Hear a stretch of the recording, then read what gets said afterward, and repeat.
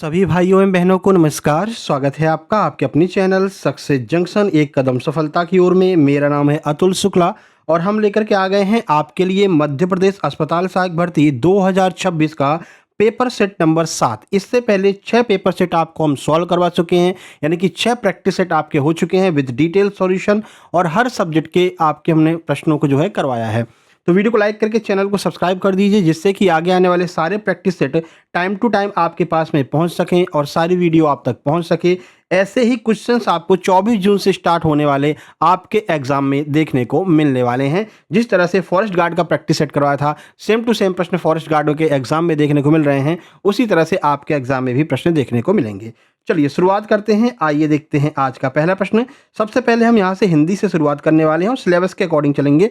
जो जो चैप्टर आपके सिलेबस में दिए गए हैं उन्हीं चैप्टर के प्रश्नों को हम कवर करने वाले हैं। तो 1 से 50 तक आप लोग नंबर डाल लेंगे अपने जो है नोटबुक पर, और फिर आप लास्ट में कमेंट करेंगे कि आपके कितने नंबर टोटल आए हैं, कितने क्वेश्चन आपके सही हुए हैं।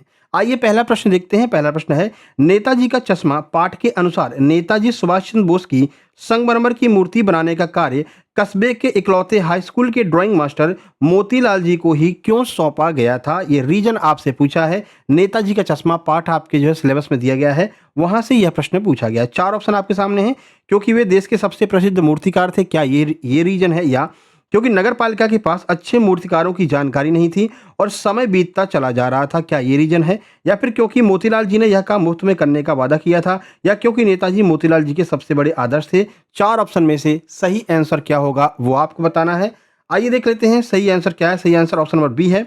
क्योंकि नगर पालिका के पास अच्छे मूर्तिकारों की जानकारी नहीं थी और समय बीतता चला जा रहा था, जल्द से जल्द नेताजी की मूर्ति बनवानी थी, इसलिए यह कार्य इनको सौंपा गया था। देखिए, पाठ के अनुसार नगर पालिका के पास मूर्ति बनवाने के लिए पर्याप्त जानकारी और अच्छे मूर्तिकारों का अभाव था। इसके अलावा प्रशासनिक पत्राचार में काफी समय बर्बाद हो चुका था और बोर्ड का कार्यालय समाप्त होने वाला था। जो बोर्ड का कार्यकाल है वो समाप्त होने वाला था।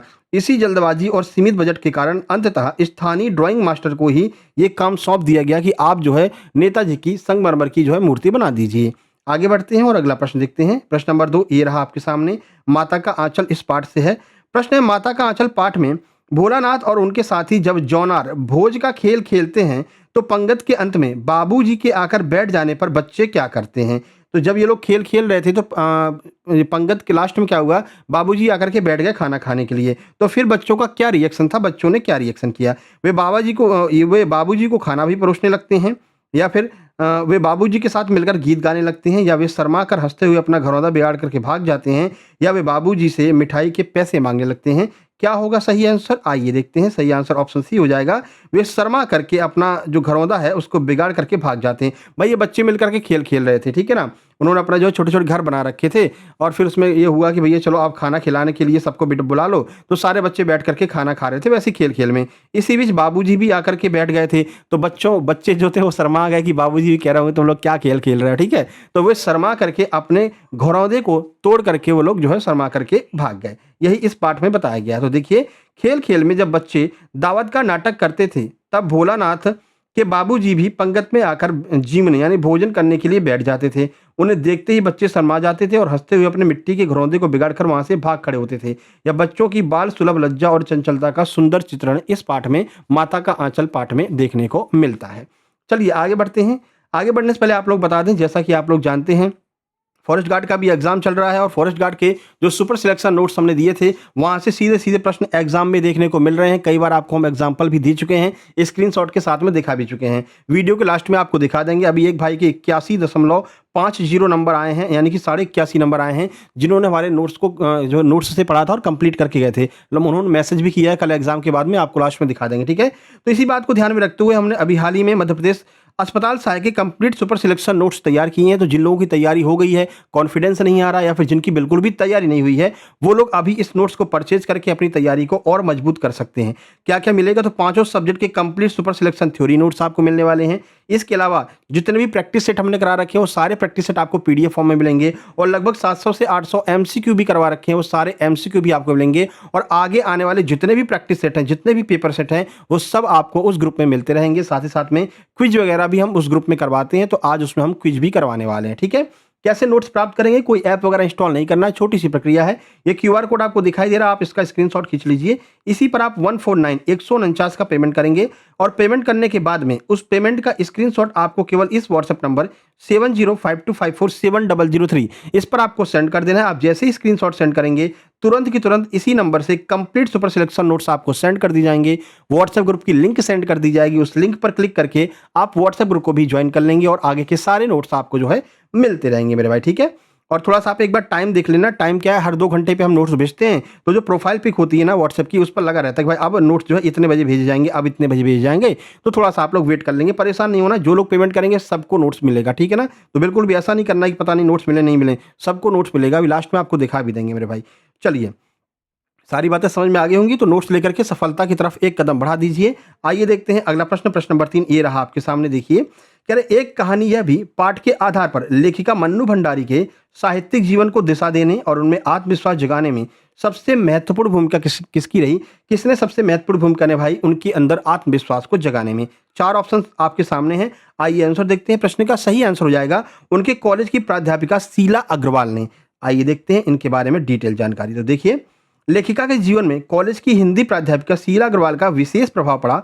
उन्होंने ही मन्नू भंडारी को चुन चुनकर अच्छी साहित्य की किताबें पढ़ने के लिए प्रेरित किया, साहित्य की समझ विकसित की और देश की स्वतंत्रता की गतिविधियों में भी सक्रिय रूप से उनको भाग लेने के लिए किसने प्रेरित किया था? तो इनकी हिंदी की प्राध्यापिका थी शीला अग्रवाल, उनके द्वारा जो है इनको प्रेरित किया गया था।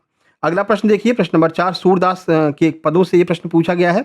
देखिए प्रश्न नंबर 4 क्या कह रहा है। प्रश्न नंबर 4 है, सूरदास के पदों में गोपियों ने उद्धव द्वारा लाए गए निर्गुण ब्रह्म और योग के संदेश को एक ऐसी व्याधि बीमारी क्यों कहा है जिसके बारे में उन्होंने कभी सुना नहीं था और ना ही कभी देखा था? तो इसके बारे में पहले आपको बहुत बता चुके हैं कि भाई श्री कृष्ण जी यहाँ से मतलब ब्रजधाम से चले गए मथुरा जाकर के उन्होंने उद्धव जी को भेजा। उनको जब ये पता लगा कि भाई ये गोपिकाएं जो हमारे प्रेम में डूबी हुई हैं, कोई काम धाम नहीं कर रही हैं, तो उन्होंने उद्धव जी को भेजा कि उद्धव जी तुम जाइए और उनको जो है समझाइए। तो उद्धव जी गोपिकाओं से मिलने जाते हैं इनका योग का संदेश लेकर के कि अब तुमको जो है अपने काम धाम पर ध्यान देना चाहिए, हमारा यहीं तक जो है मतलब कि अब हमको मथुरा में ही रहना, ऐसा ऐसा कहकर इनको भेजते हैं। तो उद्धव जी जाकर के जब गोपिकाओं से कहते हैं कि श्री कृष्ण जी ने ऐसा ऐसा कहा है, तो गोपिकाएं श्री कृष्ण को राजनीति की बताती हैं कि अच्छा श्री कृष्ण ने मथुरा जाकर के राजनीति सीख ली है, और कहती हैं कि भाई श्री कृष्ण की वजह से मुझको जो आप ये ब्रह्म का और योग ज्ञान दे रहे हैं ना, ये एक ऐसी बीमारी जो ना तो हमने कभी इसके बारे में सुना है और ना ही कभी इसको देखा है, ठीक है।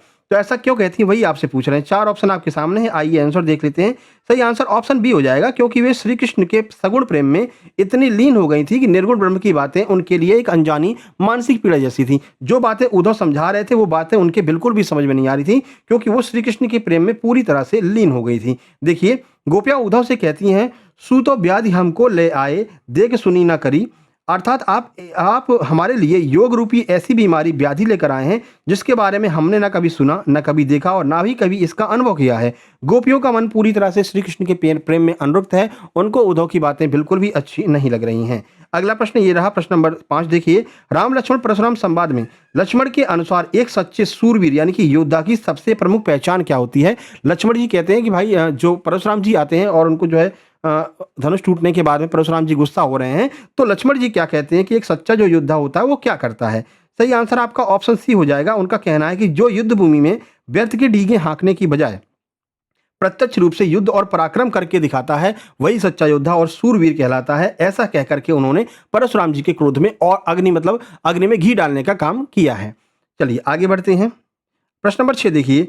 प्रश्न नंबर 6 है, शोक जो है वो किस रस का स्थायी भाव है जो किसी प्रिय वस्तु या व्यक्ति के अनिष्ट होने या हमेशा के लिए बिछुड़ जाने पर उत्पन्न होता है? कुल मिलाकर आपसे पूछा जा रहा है भाई शोक जो है वो किसका स्थायी भाव है? स्थायी भाव बहुत पूछे गए अभी फॉरेस्ट गार्ड के एग्जाम में भी, तो उससे भी रिलेट करके हम आपके लिए प्रश्न लेकर के आ रहे हैं। ये सेम टू सेम प्रश्न फॉरेस्ट गार्ड के एग्जाम में 5 तारीख को पूछा गया था। सही आंसर आपका करुण रस हो जाएगा। तो फॉरेस्ट गार्ड के एग्जाम में स्थायी भाव किसके पूछे गए? एक तो भय का स्थायी भाव पूछा गया है, ठीक है, और एक जो है श्रृंगार का स्थायी भाव पूछा गया जो रति होता है, और इसके बाद में ये वाला प्रश्न भी पूछा गया था शोक का स्थायी भाव। ये तीनों पूछे जा चुके हैं, तो हो सकता है आपके एग्जाम में रिपीट हो जाएं। तो हमने आपके इस प्रैक्टिस सेट में उन प्रश्नों को भी कवर किया है जो रिसेंट में आपके जो है फॉरेस्ट गार्ड में पूछे जा रहे हैं, ठीक है।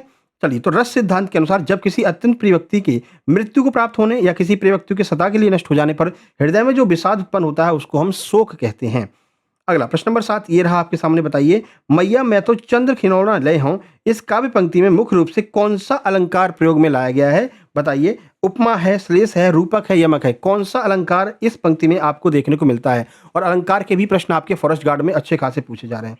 सही आंसर ऑप्शन नंबर सी हो जाएगा, रूपक अलंकार इसका बिल्कुल सही हो जाएगा। कह रहे हैं कि भाई मैं चंद्र रूपी खिलौना जो है ना, चंद्रमा रूपी खिलौना लूंगा चाहे कुछ भी हो जाए, ऐसा श्री कृष्ण जी माता यशोदा से कहते हैं। तो देखिए, इस पंक्ति में चंद्र उपमेय और खिलौना उपमान का अभेद आरोप किया गया है। यहाँ चांद के समान खिलौना नहीं बल्कि चांद को ही खिलौना माना गया है। जहाँ उपमेय और उपमान में इतनी समानता हो कि दोनों में भेद करना कठिन हो जाए, वहां पर कौन सा होता है? रूपक अलंकार होता है। लेकिन आप बस इतना ध्यान रखना कि चंद्र रूपी खिलौने की बात की जा रही है, रूपी शब्द लग रहा है, तो हमारा यहाँ पर क्या होगा? रूपक अलंकार हो जाएगा। प्रश्न नंबर 8 देखिए, प्रश्न नंबर 8 क्या है?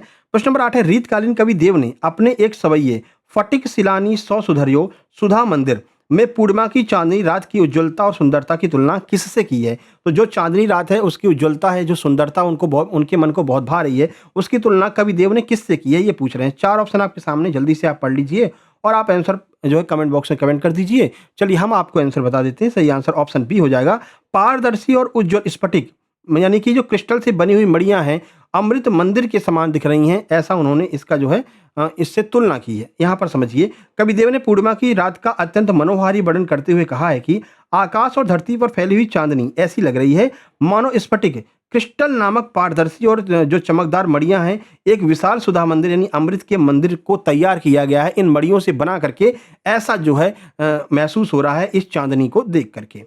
प्रश्न नंबर 9 देखिए, प्रश्न नंबर 9 है, रीति मुक्त काव्य धारा के प्रतिनिधि कवि घनानंद ने अपने सवैये में प्रेम के मार्ग को कैसा बताया? अति महत्वपूर्ण है ये, अति ज्यादा, बहुत ज्यादा महत्वपूर्ण प्रश्न है।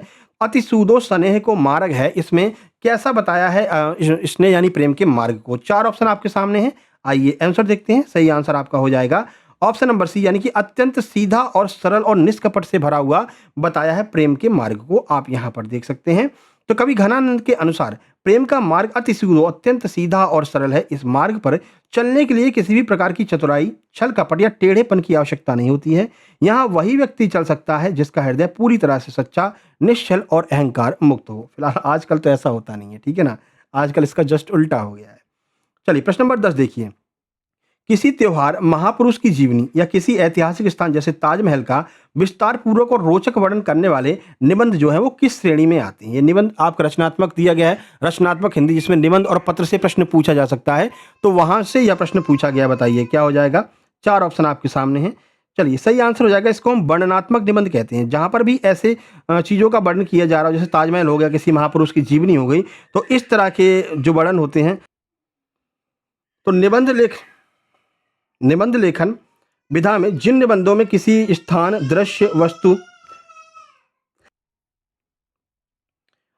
दृश्य वस्तु, व्यक्ति, त्योहार या घटना का विस्तार से और क्रमानुसार वर्णन किया जाता है, उससे हम वर्णनात्मक निबंध कहते हैं। भाई अगर ताजमहल के ऊपर लिखेंगे निबंध, तो किस तरह से लिखेंगे? भाई ताजमहल को इन्होंने बनवाया, ऐसे बनवाया, इतने टाइम पर शुरुआत किया गया, ऐसे ऐसे ऐसे, फिर लास्ट में इसका जो है पूरा उपसंहार लिख देंगे कि भाई इसको जो है इस तरह से देखा जाता है और ये मतलब कि प्रेम का प्रतीक माना जाता है। तो ये सारी चीज़ें आप क्रम से लिखते हैं और वर्णन करते हुए लिखते हैं, तो इसलिए हम इसको क्या कहते हैं? वर्णनात्मक निबंध के अंतर्गत इसको रखते हैं। तो हिंदी के 10 प्रश्न कंप्लीट होते हैं। आप कमेंट बॉक्स में कमेंट कीजिए हिंदी के 10 में से आपके कितने नंबर आए हैं, और हम चलते हैं मैथ यानी कि गणित की तरफ। आइए देखते हैं गणित का पहला प्रश्न। गणित का पहला प्रश्न है, यदि दो धनात्मक पूर्णांकों ए और बी को, तो ये ए और बी दो धनात्मक पूर्णांक है, ए का मान क्या है? ए का मान है एक्स क्यू वाई स्क्वायर, और जो बी का मान है एक्स वाई क्यू। अब आपसे कह रहे हैं कि आप इसका HCF बता दीजिए, यानी कि महत्तम समापवर्तक बता दीजिए। ये रहे आपके सामने 4 ऑप्शन, जल्दी से बताइए क्या होगा इसका सही आंसर। आप लोग सॉल्व कर लीजिए। आइए इसका आंसर देखते हैं। सही आंसर आपका एक्स वाई स्क्वायर, यानी कि ऑप्शन नंबर बी हो जाएगा। अच्छा, ऑप्शन नंबर बी क्यों होगा, आइए वो भी देख लेते हैं। तो जो दोनों में कॉमन होता है, जो दोनों में उपस्थित हो, वो हम HCF के अंतर्गत लेते हैं। देखो यहाँ पर x दिख रहा है, यहाँ पर भी x दिख रहा है, लेकिन b में केवल एक x है, तो इसमें से एक ही x आएगा, दोनों में जो कॉमन होगा, यानी कि एक तो x आ गया। अच्छा, यहाँ पर 2y है, यहाँ पर 3y है, तो कितने y कॉमन आ सकते हैं सर? 2y कॉमन आ सकते हैं, तो 2y यहाँ पर आ जाएंगे, यानी एक्स वाई स्क्वायर इसका सही आंसर हो जाएगा। देखो HCF का अर्थ क्या होता है? हाईएस्ट कॉमन फैक्टर, ठीक है, जो दोनों जगह मिल जाए वही हाईएस्ट कॉमन फैक्टर होता है, इसलिए अपना स्क्वायर एक्स वाई स्क्वायर जो है अपना आंसर हो जाएगा, जो आपके ऑप्शन बी में दिया गया है। और यहाँ पर आप देख सकते हैं पूरा सॉल्यूशन भी दिया गया है। चलिए आगे बढ़ते हैं। अगला प्रश्न देखिए, अगला है प्रश्न नंबर 2, द्विघात बहुपद 2x² प्लस 5x प्लस के शून्यकों का गुणनफल अगर 3 है तो के का मान बताइए। अच्छा, शून्यकों के गुणनफल के लिए हमने आपको एक सूत्र बताया था। अगर गुणनफल की बात की जाए तो केवल C/A ये सूत्र होता है, ये जो है शून्यकों के गुणनफल की बात की जाती है। तो ये आपको क्या दे रखा है, इसका मान क्या दे रखा है, 3 दे रखा है, तो आपसे के का मान पूछा जा रहा है। चलिए आप लोग सॉल्व कर लीजिए, फिर हम आपको सॉल्व करके बताते हैं। देखिए, चलिए आंसर बता दें। सही आंसर इसका 6 हो जाएगा। सर 6 कैसे हो जाएगा, आइए सॉल्व कर लेते हैं।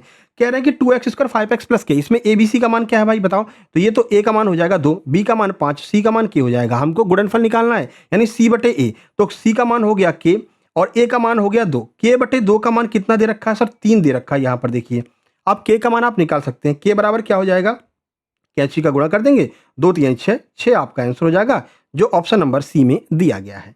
ठीक है, चलिए आगे बढ़ते हैं। प्रश्न नंबर 3 ये रहा आपके सामने। देखिए यहाँ पर हमने आपको ट्रिक भी दे रखी है, ठीक है, शॉर्ट ट्रिक भी आपको दे रखी है, आप आराम से यहाँ से देख करके निकाल सकते हैं। यदि रैखिक समीकरण युग्म 2x प्लस 3y बराबर 7, 4x प्लस py बराबर 14 के अनंत अगर अनेक और अनंत हल है तो बताइए p का मान क्या होगा। इसकी एक बेहतरीन सी ट्रिक बताने वाले हैं। अगर आपसे अनंत हल बोला जाए, ठीक है, अगर अनंत हल बोला जाए तो बस आप कंपेयर कर लेना, कंपेयर करके देख लेना कि क्या हो रहा है। पहले आप आंसर लगा लीजिए। चलिए ट्रिक बताते हैं। देखो यहाँ पर 2x है तो यहाँ पर 4x हो जा रहा है, ठीक है सर। यहाँ पर 7 है तो यहाँ पर 14 हो जा रहा है, हाँ सर डबल तो हो रहा है। तो यहाँ पर जब 3 है तो यहाँ पर क्या हो जाएगा सर, यहाँ पर 6y हो जाएगा। भाई जैसे x का डबल हो रहा है तो y का भी डबल होगा, और जो है जो आपका अपरिमेय मान है, यानी कि जो संख्यात्मक मान है, उसका भी डबल हो जाएगा। तो यहाँ पर सीधे सीधे आपको दिख रहा है भाई डबल हो रहा है, तो बस डबल ही कर दीजिए। अच्छा, ऐसा कहाँ पर होता है, जब आपसे अनंत हल बोला जाए। अगर अनंत हल बोला जाए और डबल हो रहा हो तो उसका आंसर जो है एकदम कंपेयर करके देख लेना। भाई डबल हो रहा हो, ट्रिपल हो रहा हो, जो हो रहा हो वही आपका आंसर होगा। मान लीजिए यहाँ पर 2x है और यहाँ पर 6x हो रहा हो, यानी 3 गुना हो रहा हो। भाई यहाँ पर 7 है, यहाँ पर 21 हो रहा हो, तो यहाँ पर अगर 3 है तो यहाँ पर 9 हो जाएगा। ठीक है, तो इस तरह से आपको देख के करना है कि भाई जैसा इसमें संबंध है, जैसा इसमें संबंध है, वैसा बीच वाले में भी संबंध होगा। यानी कि इसका आंसर क्या हो जाएगा, 3 का डबल 6 हो जाएगा, ऑप्शन नंबर बी हो जाएगा। बाकी सॉल्यूशन अगर आप देखना चाहते हैं तो यहाँ पर देख सकते हैं। अनंत हल का मतलब होता है दोनों रेखाएं समपाती होंगी, ठीक है ना। अगर समपाती होंगी तो बस वही एक ही नियम काम करेगा, कौन सा, जैसा पहले समीकरण में हो रहा है वैसा दूसरे समीकरण में होगा। केवल कंपेयर करके आपको देख लेना है। ज्यादातर आपको ऐसे ही प्रश्न जो है देखने को मिलेंगे अनंत हल में। अगला है द्विघात समीकरण x² माइनस 11x प्लस 30 के मूल क्या होंगे। अब बताइए, इसके लिए हमने आपको बेहतरीन ट्रिक बताई थी। केवल चिन्ह पर काम कर जाइए, चिन्ह को देख लीजिए, आपका आंसर हो जाएगा। माइनस प्लस, अगर कहीं पर माइनस प्लस दिया हो तो इसका आंसर दोनों प्लस में ही आएगा। अब देखो कौन सा ऐसा ऑप्शन है जहां पर दोनों प्लस में दिया है, तो पहले में तो माइनस से दोनों कट जाएगा। ऑप्शन बी में 1 माइनस 1 प्लस कट जाएगा, ऑप्शन डी में 1 माइनस 1 प्लस कट जाएगा। केवल ऑप्शन नंबर सी है जिसमें दोनों प्लस में दिया है, तो यही अपना आंसर हो जाएगा। ऑप्शन नंबर सी बिल्कुल सही आंसर आपका हो जाएगा। ठीक है, बाकी इसके लिए हम एक बेहतरीन ट्रिक बना चुके हैं। द्विघात समीकरण की जो वीडियो है आप एक बार सर्च कर लेना, द्विघात समीकरण ट्रिक बाय सक्सेस जंक्शन, तो वीडियो आपको मिल जाएगी। 50 सवाल हमने जो है इसी ट्रिक पर करवाए हैं, अलग अलग चिन्ह के आधार पर। ठीक है, तो आप केवल चिन्ह को देख करके आंसर निकाल सकते हैं। इस तरह से हमने उन प्रश्नों को सॉल्व कराया है। तो पूरे 50 प्रश्न देख लेना। जिन लोगों ने नोट्स लिए हैं उन लोगों को जो है वो नोट्स भी प्रोवाइड कराई गई है। चलिए प्रश्न नंबर 5 ये रहा आपके सामने। बताइए क्या होगा, दो समरूप त्रिभुजों के क्षेत्रफल का अनुपात 81:16, उनकी संगत भुजाओं का क्या अनुपात होगा। देखो हमने कहा था अगर क्षेत्रफल की बात की जा रही हो तो क्षेत्रफल क्या होता है, पाई आर स्क्वायर हो जाता है। तो क्षेत्रफल की बात की जाए तो स्क्वायर हो जाएगा, लेकिन अगर क्षेत्रफल देकर के भुजाओं की बात की जाए तो स्क्वायर रूट हो जाएगा। ठीक है ना, स्क्वायर रूट हो जाएगा, इस तरह से हो जाएगा। अब बताइए यहाँ पर क्या दे रखा है, यहाँ पर सर क्षेत्रफल दे रखा है, हमको भुजा पूछिए तो कोई दिक्कत नहीं। अगर क्षेत्रफल दे रखा है और आपसे भुजा पूछिए तो बस इसका स्क्वायर रूट निकाल दो। 81 का कितना होता है 9, 16 का कितना होता है 4, तो 9:4 हमारा आंसर हो जाएगा, जो कि ऑप्शन नंबर ए में दिया गया है। ठीक है, तो अगर ये ध्यान रखना, अगर भुजा देकर के आपसे क्षेत्रफल पूछा है तो वर्ग कर दो, यानी कि स्क्वायर कर दो, और अगर क्षेत्रफल देकर के भुजा पूछिए तो स्क्वायर रूट कर दो। तो 9:4 आपका बिल्कुल सही आंसर हो जाएगा। समरूप त्रिभुज में ये ट्रिक आपकी हमेशा काम करेगी। ठीक है मेरे भाई, आगे बढ़ते हैं और प्रश्न नंबर 6 की ओर चलते हैं। ये रहा प्रश्न नंबर 6। देखिए कह रहे हैं कि एक फल विक्रेता के पास 12 आम और 18 सेब हैं। वह इन्हें ऐसी ढेरियों में रखना चाहता है कि हर ढेरी में फलों की जो संख्या है वो एकदम बराबर होनी चाहिए, कोई फल बचना नहीं चाहिए। तो एक ढेरी में अधिकतम कितने फल रखे जा सकते हैं। तो ये किसका सवाल है, ये HCF का सवाल है, हाईएस्ट कॉमन फैक्टर का सवाल है। तो बस इन दोनों का HCF निकाल लीजिए। इन दोनों का HCF क्या होगा, वो बड़ी से बड़ी संख्या जिससे ये दोनों कट जाएंगे वो इनका HCF हो जाएगा। किससे कट रहे हैं बताइए, देखो बड़ी से बड़ी की बात की जा रही है, 3 से तो कटेगा, लेकिन 3 क्या है, छोटी है, ठीक है, तो ये इसका एलसीएम में काउंट की जाएगी। अगर बड़ी से बड़ी संख्या की बात करें तो ये किससे कटेगा भाई, 6 से कट जाएगा, 6 दूनी 12 और 6 तियां 18, ठीक है, तो 6 से ये दोनों के दोनों 6 से कट रहे हैं, तो 6 ही हमारा आंसर हो जाएगा। हाईएस्ट कॉमन फैक्टर क्या हो जाएगा, 6 हो जाएगा, बिल्कुल सिंपल सॉल्यूशन है, एचसीएफ आपको जो है इसमें निकालना था।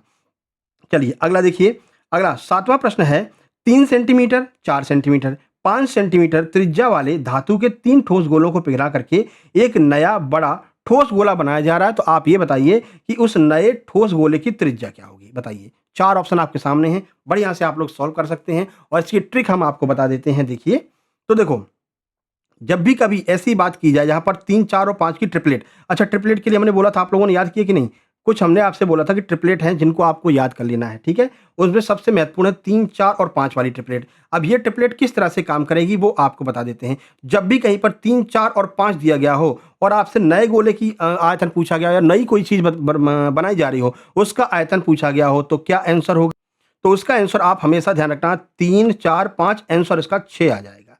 कैसे आ जाएगा, आइए आपको बता देते हैं। देखिए तो देखो, गोले की त्रिज्या में क्या होता है, स्क्वायर करके सबको जोड़ लेते हैं भाई, अलग अलग गोला है ना, ये 3 सेंटीमीटर का है, ये 4 सेंटीमीटर का, ये 5 सेंटीमीटर का है, ठीक है, तो बस इसका स्क्वायर करके जोड़ लो। तो देखो 3 का स्क्वायर कितना हो जाएगा, 9 हो जाएगा, 4 का स्क्वायर कितना, सॉरी क्यू होता है ना इसमें भाई, गोले के उसमें, गोले के जो आपका त्रिज्या होती है, मतलब कि गोले का जो आयतन होता है, गोले के आयतन का सूत्र क्या होता है बताइए, उसमें क्या होता है, त्रिज्या का क्यूब होता है, पाई आर क्यूब होता है, ठीक है, तो बस इसका क्यूब करके इसको जोड़ लो।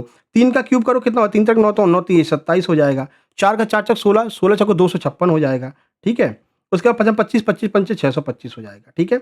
इन सबको जब आप जोड़ेंगे, 125 सॉरी, 5 25 25 25 पंचे 125, इन सबको आप जब जोड़ेंगे तो ये बनेगा 216, ठीक है, और 216 किसका क्यूब होता है, 6 का क्यूब होता है, तो इसलिए हमारा आंसर 6 आ जाएगा। वैसे आप डायरेक्ट याद रखना कि जब भी कभी गोले की बात की जाए और ट्रिपलेट दी हो, 3, 4 और 5 ट्रिपलेट दी हो और कोई फाइनल सॉल्यूशन पूछा जा रहा हो, भाई इस गोले की नई त्रिज्या क्या हो जाएगी, या फिर इस गोले का नया भार क्या हो जाएगा, या इस टंकी की नई धारिता कितनी हो जाएगी, और आपको ट्रिपलेट दिखाई दे रही हो, तो 3, 4 और 5 की ट्रिपलेट का आंसर कितना आएगा, 6 आएगा। बस इतना आप दिमाग में रखना, आपका आंसर बन जाया करेगा, ठीक है। बाकी इसमें क्योंकि जो त्रिज्या होती है, त्रिज्या पर ही काम होगा, बाकी सारे के सारे मटेरियल तो कट ही जाएंगे ना भाई, त्रिज्या दे रखी है तो त्रिज्या ही जुड़ेगी लास्ट में, बाकी जो आपका पाई का पाई से पाई कट जाएगी, एच से एच कट जाएगा, केवल आर क्यूब पर काम होगा, ठीक है।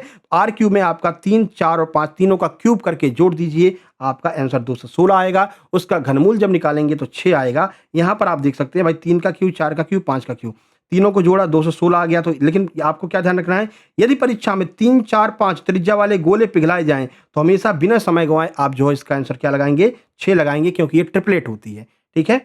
चलिए प्रश्न नंबर 8 देखिए, प्रश्न नंबर 8 क्या कह रहे हैं, द्विघात समीकरण P x square minus 4x plus 1 के मूल समान इक्वल हैं, तो p का मान आपको बताना है कि पी एक्स स्क्वायर है, द्विघात समीकरण दे रखा है, इसके मूल जो है वो एक समान है, रूट्स जो है इसके एक समान है, तो बताइए p का मान क्या होगा। 4 ऑप्शन आपके सामने है, जल्दी से आप लोग आंसर बताइए।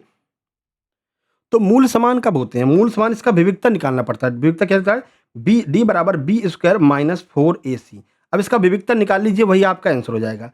चलिए विविधता निकाल के बताइए, इसका सॉल्यूशन सही आंसर आपका ऑप्शन नंबर बी यानी कि 4 हो जाएगा। चलिए विविधता इसका निकाल लेते हैं, बी स्क्वायर बराबर 4ac, ठीक है। तो बी का मान यहाँ पर क्या है, -4 है, -4 का मतलब 16 हो जाएगा, -4 का स्क्वायर अगर करेंगे तो पूरा का पूरा 16 आ जाएगा, ठीक है। बी स्क्वायर बराबर 4ac, 4ac का मतलब क्या हो जाएगा, ए का मान 1 है, सी का मान भी 1 है, बस 4 से 16 कट जाएगा, 4 आपका आंसर आ जाएगा, ठीक है। बी स्क्वायर बराबर 4ac, इसको सॉल्व जब आप करेंगे, इसमें जब ये मान रखेंगे तो आपका आंसर निकल के कितना आ जाएगा, ऑप्शन नंबर बी 4 आ जाएगा। यहाँ पर हमने सॉल्यूशन भी दे रखा है, यहाँ पर आप देख सकते हैं, ठीक है। मन में ही कैलकुलेट कर लो, बी स्क्वायर का मतलब क्या हो जाएगा, बी स्क्वायर का मतलब 4, भाई यहाँ पर 4 दे रखा है, देखिए यहाँ पर 4 दे रखा है, 4 इसका स्क्वायर कर लो 16 हो जाएगा, फिर एक 4 बचेगा क्योंकि 4ac आता है, 4 तो उसमें अपने आप लगा हुआ आ रहा है ना, उस 4 से ये 16 कटेगा, तो 4 से 16 काटेंगे तो 4 ही बचेगा, तो 4 ही हमारा सही आंसर हो जाएगा। आगे बढ़ते हैं, प्रश्न नंबर 9 देखते हैं। प्रश्न नंबर 9 क्या है, देखिए प्रश्न नंबर 9 है, चलिए कह रहे हैं कि दो बेलनों की ऊंचाइयां समान है, इनका मतलब ये भाई जो हाइट है ना वो बिल्कुल समान है, दोनों की हाइट समान है, ठीक है, लेकिन त्रिज्याओं का अनुपात 2:3 है। तो भाई अब हमें हाइट से कोई मतलब नहीं है, पाई से कोई मतलब नहीं है। सूत्र क्या होता है भाई, जो बेलन होता है उसका सूत्र क्या होता है, पाई आर स्क्वायर एच होता है, पाई आर स्क्वायर एच। इनने कहा कि भाई एच जो है वो एच भी समान है और इसकी पाई भी समान है, तो एच से एच कट जाएगा, बराबर है, पाई से पाई कट जाएगी। तो जो पूरा का पूरा खेल होगा वो किस पर होगा, त्रिज्या पर होगा। और त्रिज्या का अनुपात कितना दे रखा है, 2:3 दे रखा है। आप कह रहे हैं कि इसका वॉल्यूम क्या होगा, तो वॉल्यूम में क्या करते हैं, त्रिज्या का स्क्वायर करेंगे, पाई आर स्क्वायर एच होता है, तो त्रिज्या का स्क्वायर कर दो, लो 2 का स्क्वायर 3 का स्क्वायर, 2 का स्क्वायर मेरे भाई 4 हो जाएगा, 3 का स्क्वायर 9 हो जाएगा, 4:9 हमारा आंसर होगा। कहाँ पर दिया, ऑप्शन सी में दिया है। इस तरह से हम इस प्रश्न को बड़ी आसानी से सॉल्व कर सकते हैं। पूरा सॉल्यूशन ये रहा। चलिए देखिए ये सवाल देखिए, अगर आपको ट्रिपलेट याद होगी तो आप चुटकियों में देखते ही इसका आंसर लगा सकते हैं, सॉल्व करने की आवश्यकता ही नहीं है। ठीक है, तो 2-3 ट्रिपलेट आपको ध्यान रखनी है। एक तो 3, 4, 5 वाली, 5, 12, 17 वाली। देखिए क्या कह रहा है, 5, 12, 13 वाली। देखो, एक वृत्त के केंद्र से 13 सेंटीमीटर की दूरी पर स्थित एक बिंदु P से वृत्त पर खींची गई स्पर्श रेखा की लंबाई 12 सेंटीमीटर है, वृत्त की त्रिज्या ज्ञात कीजिए। तो कुछ भी नहीं करना, कुछ नहीं करना है। 5, 12 और 13 ये 3 ट्रिपलेट होती है, 5, 12, 13 की ट्रिपलेट होती है। ठीक है, तो इसमें से 2 मान आपको दे रखा है, तो तीसरा अपने आप ही आ जाएगा। क्या क्या दिया है आपको, 13 दिया है और 12 दिया है, यानी 13 है, 12 है, 12, 13 दोनों दिया है। तो सही आंसर बचा क्या, 5 बचा, तो 5 ही हमारा आंसर होगा, ऑप्शन नंबर ए। ठीक है, बाकी सॉल्व करना चाहते हैं तो आप यहाँ पर देख सकते हैं। देखिए, स्पर्श रेखा और त्रिज्या हमेशा समकोण यानी 90 डिग्री का कोण बनाते हैं। जब 90 डिग्री का कोण बनाएंगे तो फिर आप यहाँ पर आप जो है पाइथागोरस प्रमेय लगाएंगे। पाइथागोरस प्रमेय में हम जानते हैं कि भाई यहाँ पर 13 का स्क्वायर हो जाएगा, ठीक है, और 12 का स्क्वायर हो जाएगा। इन दोनों को घटा करके जब आंसर निकालेंगे तो 25 आएगा, और 25 किसका, 5 का स्क्वायर होता है, तो 5 हमारा आंसर हो जाएगा। ठीक है, लेकिन हमको क्या करना है, हमको ट्रिपलेट याद रखना है, 3, 4, 5, 5, 12, 13। ये कुछ ऐसी ट्रिपलेट है जो बार बार रिपीट होती हैं। ठीक है, तो इन सारी ट्रिपलेट को आपको याद रखना है। एक काम करेंगे, हम अपने टेलीग्राम में एक ट्रिपलेट की पूरी लिस्ट बनाकर डाल देंगे। ठीक है, तो ट्रिपलेट आप अगर याद रखोगे तो आपको कुछ सॉल्व करने की आवश्यकता ही नहीं पड़ेगी। सक्सेस जंक्शन लाइव के नाम से हमारा टेलीग्राम चैनल है, आज ही डाल देंगे इसमें। देखो, 5, 12, 13 का पाइथागोरस ट्रिपलेट होता है, ये बहुत प्रसिद्ध है। कर्ण इसमें 13 है, भुजा 12 है, तो दूसरी भुजा जो होगी वो निश्चित रूप से 5 होगी। तो अगर आपको ट्रिपलेट याद होगा तो आप इस तरह से बड़ी आसानी से आंसर निकाल रहे होंगे।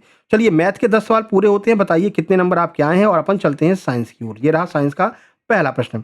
प्रश्न है, मधुमक्खी के डंक मारने पर अत्यधिक दर्द और जलन होती है, इससे तुरंत राहत पाने के लिए डंक वाले स्थान पर निम्नलिखित में से किसका उपयोग करना सबसे अच्छा होगा, बताओ। तो भाई मधुमक्खी जो है ना, वो क्या छोड़ती है, हमारे अंदर एसिड छोड़ देती है। एसिड यानी अम्ल छोड़ती है, तो अम्ल को निरस्त करने के लिए किसका प्रयोग करेंगे, क्षार का प्रयोग करेंगे। बताइए इनमें से कौन सा एक क्षार है।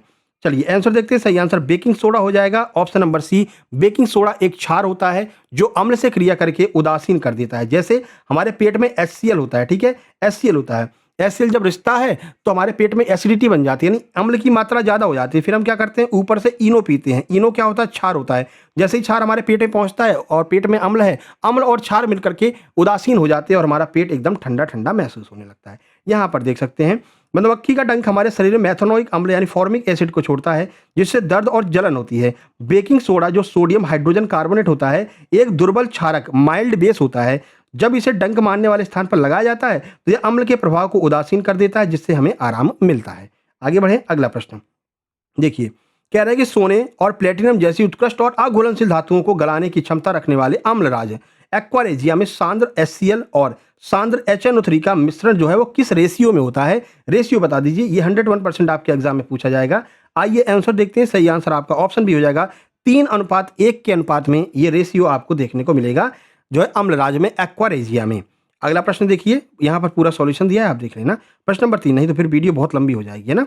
प्रश्न नंबर 3 है, अत्यधिक तेज दौड़ने या भारी शारीरिक व्यायाम करने के बाद अक्सर हमारी मांसपेशियों में अचानक ऐंठन यानी क्रैम्प होने लगती है। इसका मुख्य कारण मांसपेशियों में किस पदार्थ का जमाव है। कौन सा ऐसा पदार्थ है जो जम जाता है मांसपेशियों में तो हमें क्रैम्प का अनुभव होने लगता है ना।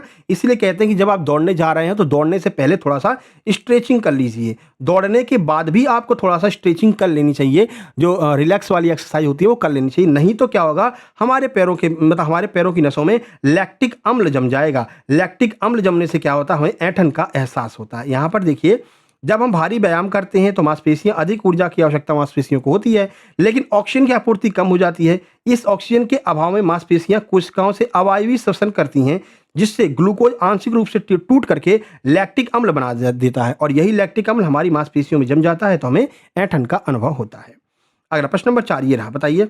जब साबुन को पानी में डाला जाता है तो उसके अणु स्वयं को एक विशेष गोलाकार संरचना में व्यवस्थित कर लेते हैं, जो गंदगी और तेल को बाहर निकालने में मदद करती है। इस संरचना को क्या कहा जाता है, बताइए। नया प्रश्न है, बढ़िया खतरनाक प्रश्न है ना।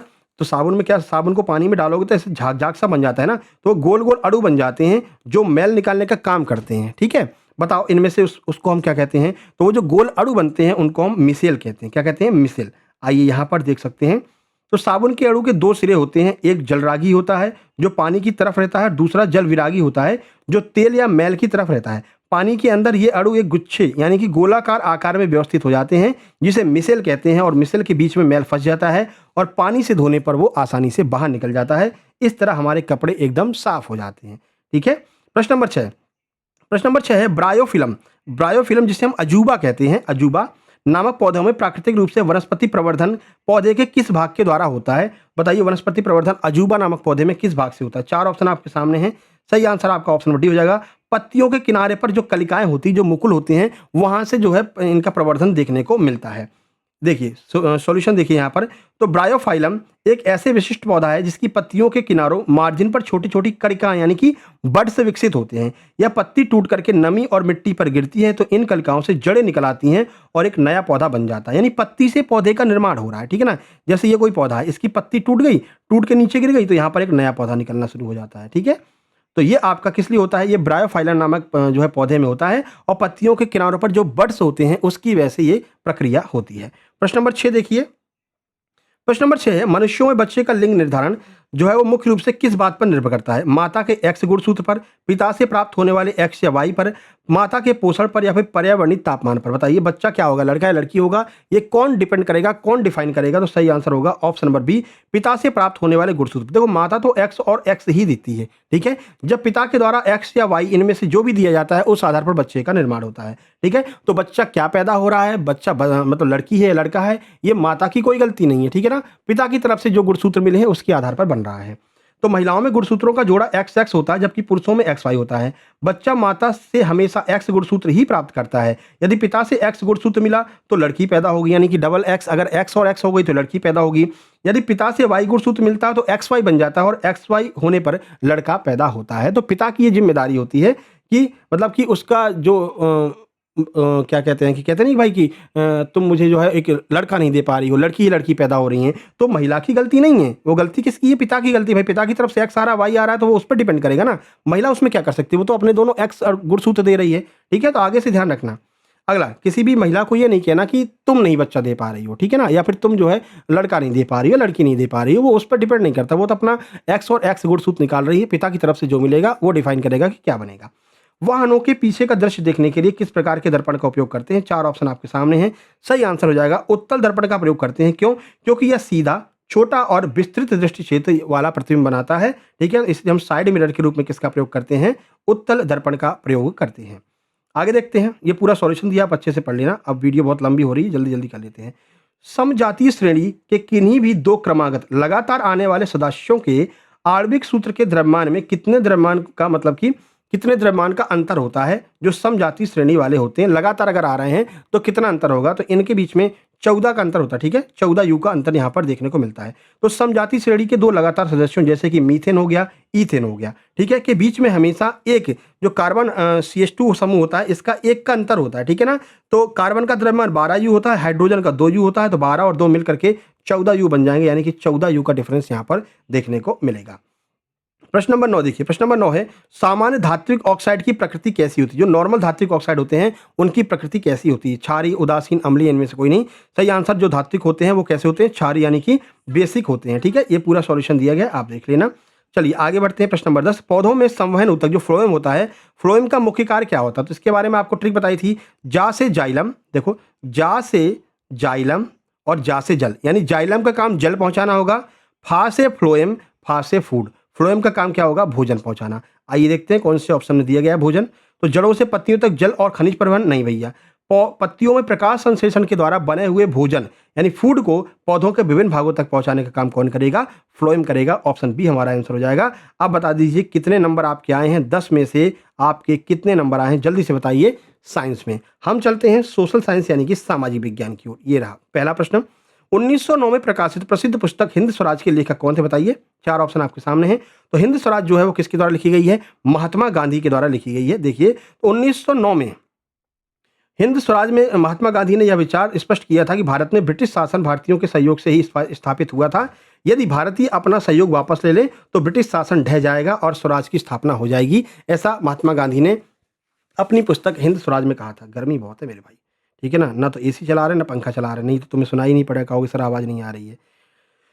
गर्मी में परेशान हो रहे हैं, फिर भी तुम लोग ना तो लाइक करते हो, ना शेयर करते हो, ना सब्सक्राइब करते हो, गलत बात है मेरे भाई। भारत में 1928 में आए साइमन कमीशन का बहिष्कार क्यों किया गया था बताइए? तो ये वही साइमन कमीशन है जिसमें लाला लाजपत राय की मृत्यु हो गई थी। लाला लाजपत राय ने ये भी कहा था कि भाई मेरे सिर में पड़ी हुई एक-एक लाठी अंग्रेजों की ताबूत में कील साबित होगी। बताइए तो क्यों इसका विरोध किया था? ये रहे 4 ऑप्शन देख लो, 4 ऑप्शन कर देते हैं, छोटा कर देते हैं। ये 4 ऑप्शन बताइए सही आंसर क्या हो जाएगा बताओ? क्योंकि इसने भारत के विभाजन का प्रस्ताव रखा था, क्योंकि इसमें एक भी भारतीय सदस्य नहीं था, क्योंकि इसने जलियांवाला बाग हत्याकांड का समर्थन किया था, या फिर क्योंकि इसने नमक पर टैक्स बढ़ा दिया था। क्या आंसर होगा? सही आंसर आपका हो जाएगा ऑप्शन बी, क्योंकि इसमें एक भी भारतीय सदस्य नहीं था। ठीक है, तो कहा था साइमन गो बैक, इसे काला कानून कहा था। ठीक है, क्योंकि ये इसमें जो है एक भी भारतीय सदस्य नहीं था, सारे के सारे अंग्रेज थे। यहाँ पर देख सकते हैं जब साइमन कमीशन 1928 में भारत पहुंचा तो इसका स्वागत साइमन गो बैक, साइमन वापस जाओ के नारों के साथ में किया गया। इसका सबसे बड़ा कारण यह था कि भारत के संवैधानिक ढांचा की कार्यप्रणाली की समीक्षा करने की बनाए गए इस आयोग में सभी 7 सदस्य अंग्रेज थे, इसमें कोई भी भारतीय शामिल नहीं था, इसलिए इसका विरोध किया गया था।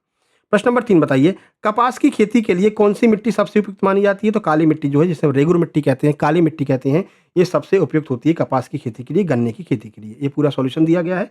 आगे बढ़ते हैं प्रश्न नंबर 4 की ओर। प्रश्न नंबर 4 है, प्रकृति और भौगोलिक सीमाओं से अलग थलग विशेष क्षेत्रों में पाई जाने वाली प्रजातियों को क्या कहा जाता है? इसको हम क्या कहते हैं? स्थानिक प्रजातियां कहते हैं, जो चीजें केवल और केवल वहीं पर मिलेंगी।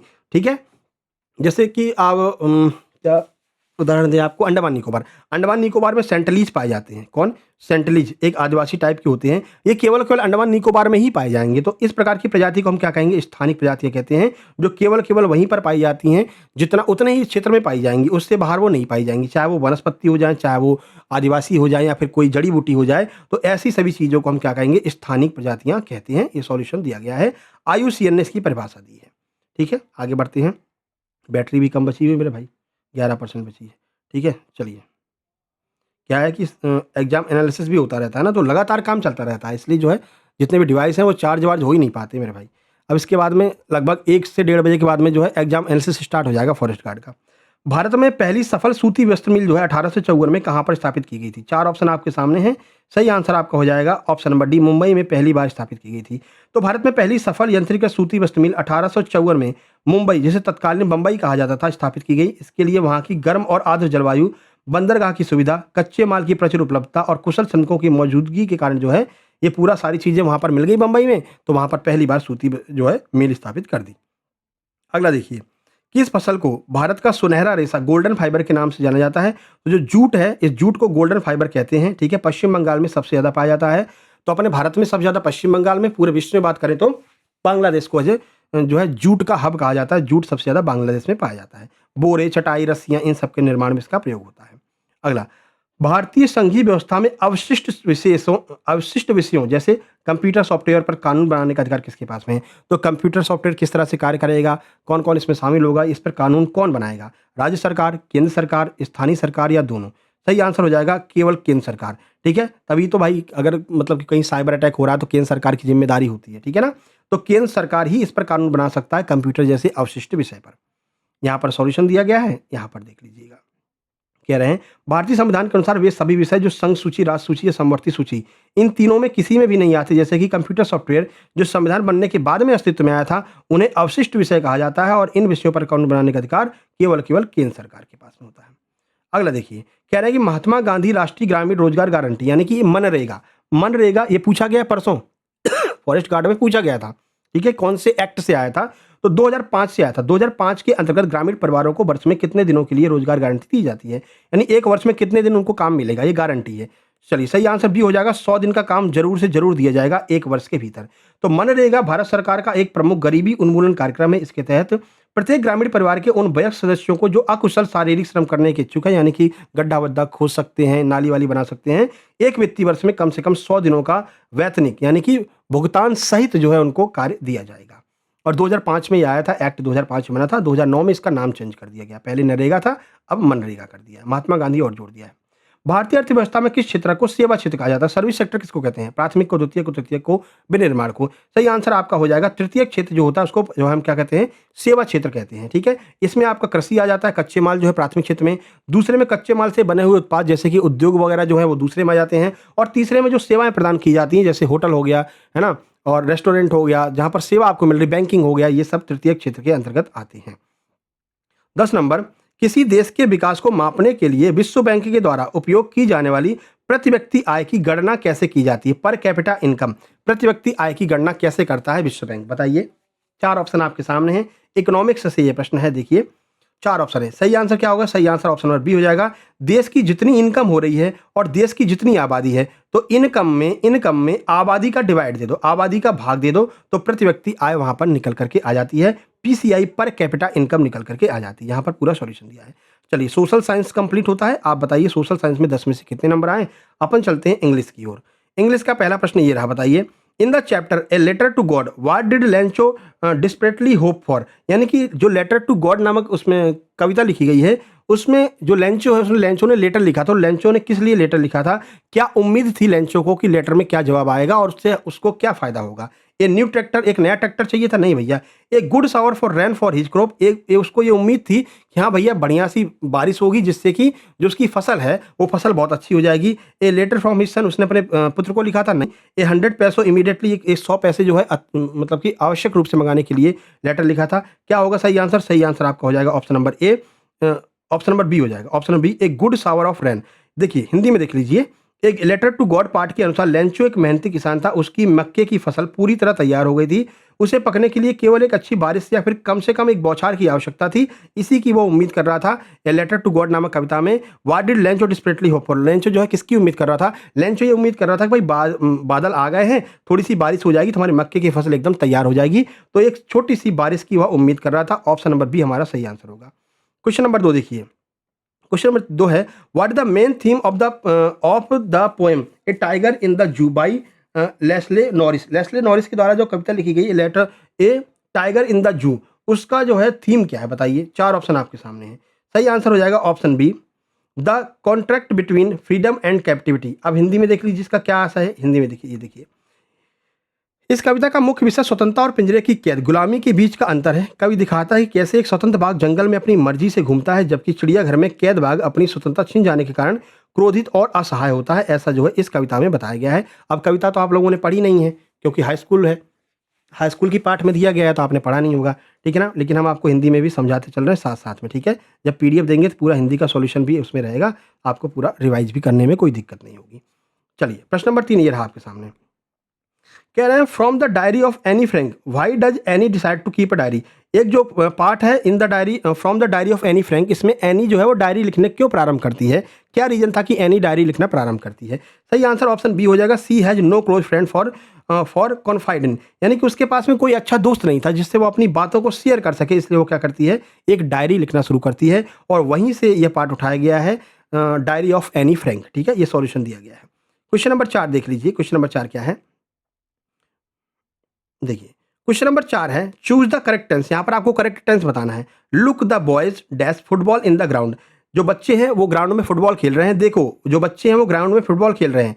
क्या लगाएंगे यहाँ पर? प्ले लगाएंगे, आर प्लेइंग लगाएंगे, प्लेट लगाएंगे या फिर हैव प्लेट लगाएंगे। तो सही आंसर हो जाएगा आर प्लेइंग।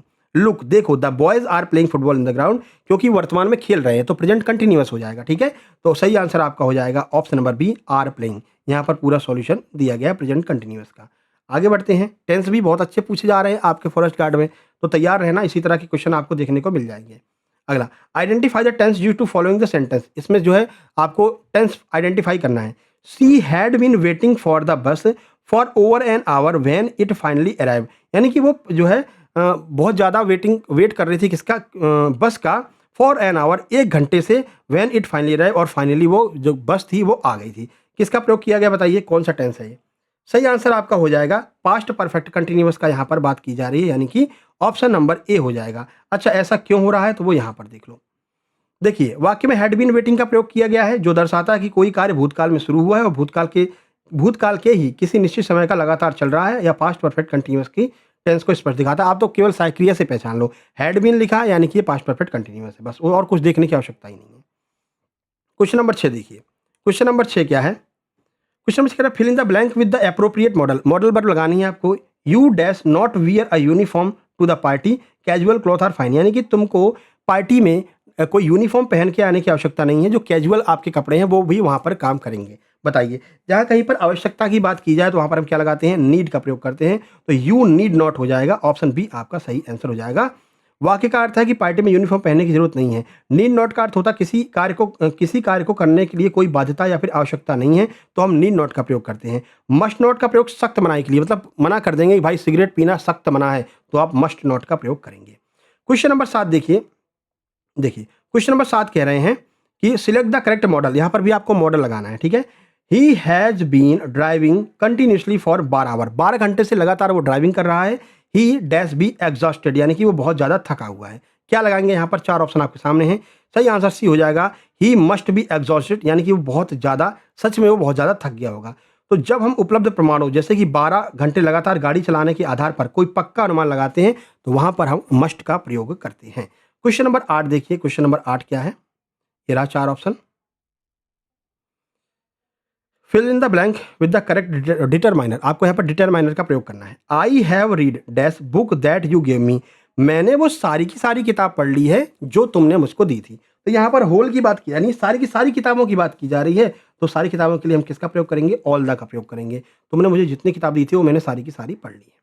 9 नंबर देखिए, 9 नंबर है, which of the following is most appropriate subscription for a formal letter written to a school principal. अगर आप एक स्कूल प्रिंसिपल को लेटर लिख रहे हैं तो सबसे अच्छा जो क्लोजिंग होगा, यहाँ पे जहाँ पर आप लेटर को खत्म करते हैं, वो क्या होगा, your faithfully, your truthfully, your obediently, या फिर योर ट्रूली, क्या लगाएंगे बताइए। सही आंसर हो जाएगा योर ओबीडियंटली। अगर आप स्कूल के प्रिंसिपल को लिख रहे हैं तो आप योर ओबीडियंटली का प्रयोग करेंगे। ये पूरा सॉल्यूशन यहाँ पर दिया गया है। आगे क्वेश्चन नंबर 10 है, what is the primary purpose of thesis, thesis statement in an essay. एक ऐसे में थीसिस स्टेटमेंट जो होता है उसका प्राइमरी पर्पज क्या होता है, किस लिए हम थीसिस स्टेटमेंट लगाते हैं। सही आंसर हो जाएगा to state the main idea, to state the main idea of argument of the essay clearly, यानी ऐसे की जो मेन आइडिया होता है उसको क्लियरली दर्शाने के लिए हम क्या लगाते हैं, थीसिस लगाते हैं। देखिए किसी भी निबंध में थीसिस स्टेटमेंट एक ऐसा वाक्य होता है जो निबंध के मुख्य विचार, तर्क या उद्देश्य को स्पष्ट रूप से प्रस्तुत करता है। यह आमतौर पर पहले पैराग्राफ के अंत में लिखा जाता है ताकि पाठक को पता चल सके कि निबंध जो है वो मुख्य आधार किस पर लिखा जा रहा है। चलिए, तो 10 प्रश्न आपके इंग्लिश के भी कंप्लीट होते हैं। इस तरह से 50 प्रश्न पूरे हो गए। अब जल्दी से आप बताइए 50 में से आपके कितने नंबर आए हैं, ये आप कमेंट बॉक्स में कमेंट कीजिए। और यहाँ पर हम आपको दिखा देते हैं, ये आप देख सकते हैं जिन लोगों ने नोट्स लिया है उनका क्या रिएक्शन है, किस तरह से उन्होंने बताया है। देखिए, गुड मॉर्निंग सर, लाइफ में फर्स्ट टाइम ऐसे नोट्स देखे हैं, बहुत शानदार हैं। कितनी मेहनत लगी होगी बनाने में, मेहनत को देखते हुए इसके बहुत कम रेट है, ठीक है ना। तो भाई हम 149 में आपको उपलब्ध करा रहे हैं, पूरा नोट्स, थ्योरी नोट्स उपलब्ध करा रहे हैं, प्रैक्टिस सेट उपलब्ध करा रहे हैं, एमसीक्यू उपलब्ध करा रहे हैं, मात्र 149 रुपये में। कई टीचर ऐसे हैं जो सीधे सीधे हमारे नोट्स को कॉपी कर ले रहे हैं, अपने जो है उस पर डाल दे रहे हैं ऐप पर, और 299 में जो है बेच रहे हैं, ठीक है। और 199 की प्रैक्टिस सेट अलग से बेच रहे हैं, जो कि हम सब कुछ एक साथ में दे रहे हैं, ठीक है। तो ऐसा इन भाई का कहना है। इसके बाद, हेलो सर, 10 जून की सेकंड शिफ्ट में मेरा पेपर था, ये फॉरेस्ट गार्ड वाले हैं और इनके 81.5 नंबर हो रहे हैं। हमने कहा यार बहुत अच्छी बात है, आपके एनालिसिस देखी और बहुत अच्छा स्कोर आ गया। एमपी पुलिस में भी 85 नंबर थे, उसमें पर पैर में फ्रैक्चर हो गया था, उसमें भी आपकी वजह से ही इतने नंबर पाया हूँ, इतना अच्छा स्कोर, तो आपका बहुत बहुत धन्यवाद। तो ये इन्होंने भी नोट्स से बहुत बढ़िया से तैयारी की थी और अच्छी तैयारी के बाद में, ये थोड़ा दुर्भाग्य है कि इतने अच्छे नंबर आने के बाद में इनके पैर में फ्रैक्चर हो गया। पुलिस में सिलेक्शन नहीं हुआ, लेकिन अब सब कुछ ठीक है और 81.5 नंबर इसमें भी आए हैं। कल ही एग्जाम था इनका। इसी तरह से आपके नंबर भी आएंगे, तो बिल्कुल ही परेशान होने की आवश्यकता नहीं है। आप इस व्हाट्सएप नंबर पर व्हाट्सएप करके नोट्स तुरंत से तुरंत प्राप्त कर लीजिए। मात्र 149 रुपये में प्रैक्टिस सेट के साथ साथ में थ्योरी भी मिलेगी, और इसके अलावा जो है आपको एमसीक्यू भी लगभग 700-800 एमसीक्यू करवा दिए हैं टॉपिक वाइज, वो भी आपको मिलेंगे। और आगे भी हम आपके लिए एमसीक्यू लेकर के आने वाले हैं। एग्जाम तक आपके पास में 3000 के आसपास एमसीक्यू पहुंच जाएंगे। चलिए, वीडियो कैसी लगी कमेंट बॉक्स में कमेंट करना और चैनल को सब्सक्राइब, वीडियो को लाइक कर देना। मिलते हैं नेक्स्ट वीडियो में। अगला एमपी फॉरेस्ट गार्ड का एग्जाम एनालिसिस आने वाला है, जल्दी से करवा देंगे, ठीक है ना। 2 बजे के आसपास उसकी वीडियो डालेंगे। चलिए मिलते हैं, तब तक के लिए नमस्कार, धन्यवाद।